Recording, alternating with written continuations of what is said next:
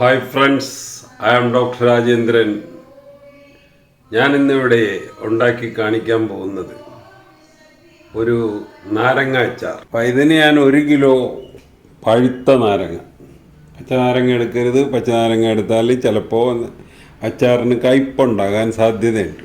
പിന്നെ ഈ ഇൻഗ്രീഡിയൻസ്: ഒരു 4-5 തണ്ട് വേപ്പില, 1/2 കപ്പ് വെളുത്തുള്ളി, 1/4 കപ്പ് ഇഞ്ചി. ഇതൊന്ന് ചോപ്പ് ചെയ്തെടുക്കണം. പച്ചമുളക് ഒരു 3 പച്ചമുളക്, ഉലുവ 1 ടീസ്പൂൺ, കടുക് 1/2 ടീസ്പൂൺ, 1/2 ടീസ്പൂൺ മഞ്ഞൾപ്പൊടിയാണ്, 1 ടീസ്പൂൺ കായപ്പൊടി. ഇതൊരു 6 ടേബിൾ സ്പൂൺ ഉണ്ട്. കാശ്മീർ ചില്ലി പൗഡറാണ്. അതിനായതുകൊണ്ട് ഇതിന് വലിയ എരിവ് വരത്തില്ല, എങ്കിലും നല്ല കളറ് കിട്ടും. ഇതൊരു 6 ടേബിൾ സ്പൂണോളം ഉണ്ട്. പിന്നെ നമ്മൾ ഇതിനെടുക്കുന്ന എണ്ണ നല്ലെണ്ണയാണ്. ഇതിപ്പോൾ ഇതേ നല്ലെണ്ണയാണ്. ഏത് നല്ലെണ്ണയായാലും അല്ലെങ്കിൽ ഏത് എണ്ണയായാലും മതി. പക്ഷേ ഏറ്റവും നല്ലത് നല്ലെണ്ണ എടുക്കുന്ന. 2 ടേബിൾ സ്പൂൺ അല്ലെങ്കിൽ ഒരു 3 ടേബിൾ സ്പൂൺ വിനാഗിരി. ഇത്രയാണ് നമ്മൾ വേണ്ടത്. അപ്പോൾ ഇതുകൂടെ ഒന്ന് ചോപ്പ് ചെയ്തെടുക്കാം. അപ്പോൾ പച്ചമുളകും കൂടെ നമ്മൾ ചോപ്പ് ചെയ്തെടുത്ത്, ഇനി ആദ്യമായിട്ട് നമ്മൾ ചെയ്യേണ്ടത് ഈ നാരങ്ങ ഒന്ന് വേവിക്കണം. അത് ഒന്നുകിൽ നമ്മൾ വെള്ളത്തിലിട്ട്, തിളച്ച വെള്ളത്തിലോട്ട് നാരങ്ങ ഇടുക, ഒരു 4 മിനിറ്റ് നേരം സ്റ്റൗ സിമ്മിലാക്കുക, എന്നിട്ട് എടുക്കുക. അല്ലെങ്കിൽ നമുക്ക് ഇഡ്ഡലിക്കുട്ടകത്തിൽ വെച്ച് പുഴുങ്ങിയെടുക്കാം. അപ്പോൾ ഇതിപ്പോൾ ഞാൻ വെള്ളത്തിലിട്ട് തിളപ്പിച്ചെടുക്കാൻ പോകും. അപ്പോൾ ഇത് തൊണ്ട് പൊട്ടണതിന് മുമ്പ് എടുക്കണം. കൂടുതൽ നേരമായിട്ട് ഹൈ ഫ്ലെയിമിലൊക്കെ തിളപ്പിച്ച് കഴിഞ്ഞാൽ ചിലപ്പോൾ ഇതിൻ്റെ തൊണ്ട് പൊട്ടാൻ തുടങ്ങും. ഇനി അഥവാ നമ്മുടെ ഒരെണ്ണത്തിൻ്റെ തൊണ്ട് പൊട്ടിയത് കണ്ടുവെങ്കിൽ ഉടൻ തന്നെ തീ ഓഫ് ചെയ്യുക, ആ വെള്ളം ഊറ്റിക്കളയുക. അപ്പോൾ നമ്മൾ കുറച്ച് വെള്ളം വെച്ചിട്ടുണ്ട്. വെള്ളത്തിനൊന്നും യഥാർത്ഥത്തിൽ അളവൊന്നുമില്ല. ഇത് കഴിഞ്ഞ് ഇത് തിളച്ച് തുടങ്ങുമ്പോൾ നമ്മൾ ഈ നാരങ്ങ ഇതിലോട്ട് ഇടുക, സിമ്മിലാക്കുക. ഒരു 4-5 മിനിറ്റ് അതിൽ കിടന്നങ്ങ് വേകട്ടെ. അപ്പോൾ വെള്ളം തിളച്ച് തുടങ്ങിയിട്ടുണ്ട്. ഇതിലേക്ക് ഓരോ നാരങ്ങ പറക്കിയിടുക. അപ്പോൾ ഇത് ഏകദേശം 32 നാരങ്ങയാണ്. ഇനി നമ്മൾ തീ സിമ്മിലിടുക. സിമ്മിൽ ഒരു 4-5 മിനിറ്റ് അങ്ങനെ കിടക്കട്ടെ. അപ്പോൾ നമ്മൾ ഒരു 4-5 മിനിറ്റ് ആയിട്ടുണ്ട്. ഇനി ഇതെല്ലാം ഊറ്റിയിട്ട് തുടച്ചെടുക്കണം, നല്ല ടിഷ്യൂ പേപ്പർ ഇട്ടിട്ട്. ഇതെല്ലാം പുഴുങ്ങി കിട്ടിയിട്ടുണ്ട്, ഒരെണ്ണം പോലും പൊട്ടിയിട്ടില്ല. ഇനി നമ്മൾ ടിഷ്യൂ പേപ്പർ വെച്ച് ഇതൊക്കെ ഒന്ന് തുടച്ചെടുക്കുക. ഇനി അങ്ങോട്ട്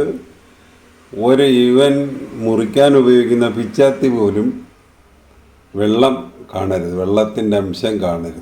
2ആയിട്ട് മുറിക്കുന്നതാണ് കുറച്ചുകൂടെ നല്ലത്. അതിൻ്റെ നടുക്കത്തെ കുരുവൊക്കെ എടുത്ത് കളയാവുന്നത്ര എടുത്ത് കളയുന്നതുമാണ് കുറച്ചുകൂടെ നല്ലത്. അല്ലെങ്കിൽ അത് നമ്മൾ അച്ചാറിട്ട് കഴിഞ്ഞ് കടിക്കുമ്പോൾ ഒരു കയ്പ്പ് വരാൻ സാധ്യതയാണ്. നാരങ്ങ മുറിച്ചെടുത്തിട്ടുണ്ട്.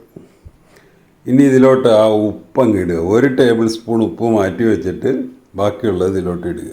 അപ്പോൾ ഉപ്പിട്ട് കഴിഞ്ഞ് നല്ലപോലെ ഒന്ന് മിക്സ് ചെയ്യുക. 1 ടേബിൾ സ്പൂൺ ഉപ്പ് നമ്മൾ മാറ്റി വെച്ചിരിക്കും. ഇനി അത് കുറച്ച് സമയം മാറ്റി വെക്കുക. അടുത്തതായി നമ്മൾ ഒരു കടായി അടുപ്പത്ത് വെക്കുക. എന്നാൽ ഇത് നല്ലെണ്ണയാണ്, ഇതേ നല്ലെണ്ണയാണ് ഒഴിച്ചിരിക്കും. ഒരു 200 ml ബോട്ടിലാണ്, അതങ്ങ് ഒഴിക്കുക. എണ്ണ ഇച്ചിരി കൂടിപ്പോയി എന്നും പറഞ്ഞ് കുഴപ്പം. ഇപ്പം എണ്ണ ചൂടായി കഴിഞ്ഞ് ഉലുവ, കടുക്. തീ ഒരു മീഡിയം ഫ്ലെയിമിൽ കിടക്കട്ടെ. കടുക് പൊട്ടി കഴിഞ്ഞ് വേപ്പില, ഇഞ്ചി, പച്ചമുളക്, വെളുത്തുള്ളി. അപ്പോൾ ഇത് വെളുത്തുള്ളി ഒരു ലൈറ്റ് ബ്രൗൺ കളറാകും വരെ ഇളക്കിക്കൊണ്ടിരിക്കും. അപ്പോൾ വെളുത്തുള്ളി ഒരു ലൈറ്റ് ബ്രൗൺ കളറായിട്ടുണ്ട്. ഇനി അതിലോട്ട് നമ്മൾ മാറ്റി വെച്ചിരിക്കുന്ന ആ ഉപ്പ്.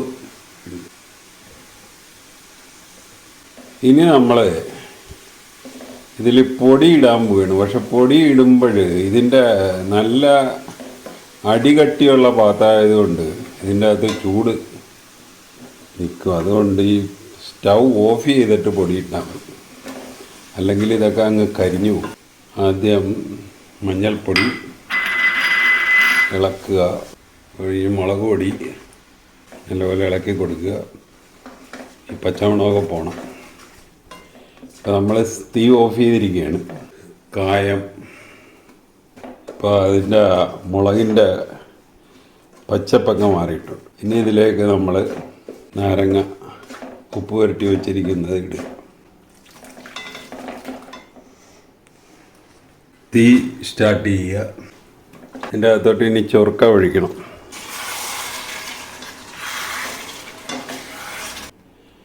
അപ്പോൾ ഇതിന്ന് ഇങ്ങനെ തന്നെ ഇരിക്കട്ടെ. നാളെ നമ്മൾ ടെറയിലാക്കിയ കുപ്പിപ്പാത്രത്തിൽ ഇട്ട് അടച്ച് വെക്കുക ആറിക്കഴിഞ്ഞിട്ട്.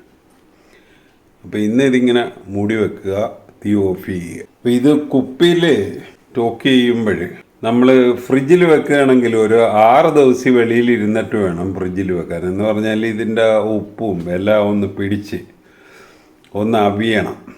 അവിഞ്ഞ് കഴിഞ്ഞിട്ട് ഫ്രിഡ്ജിൽ വെച്ചാൽ പിന്നെ എത്ര നാൾ വേണേലും അത് കേടുകൂടാതെ ഇരുന്നോളും. നമ്മുടെ ആവശ്യം നേരത്ത് എടുത്താൽ മതി.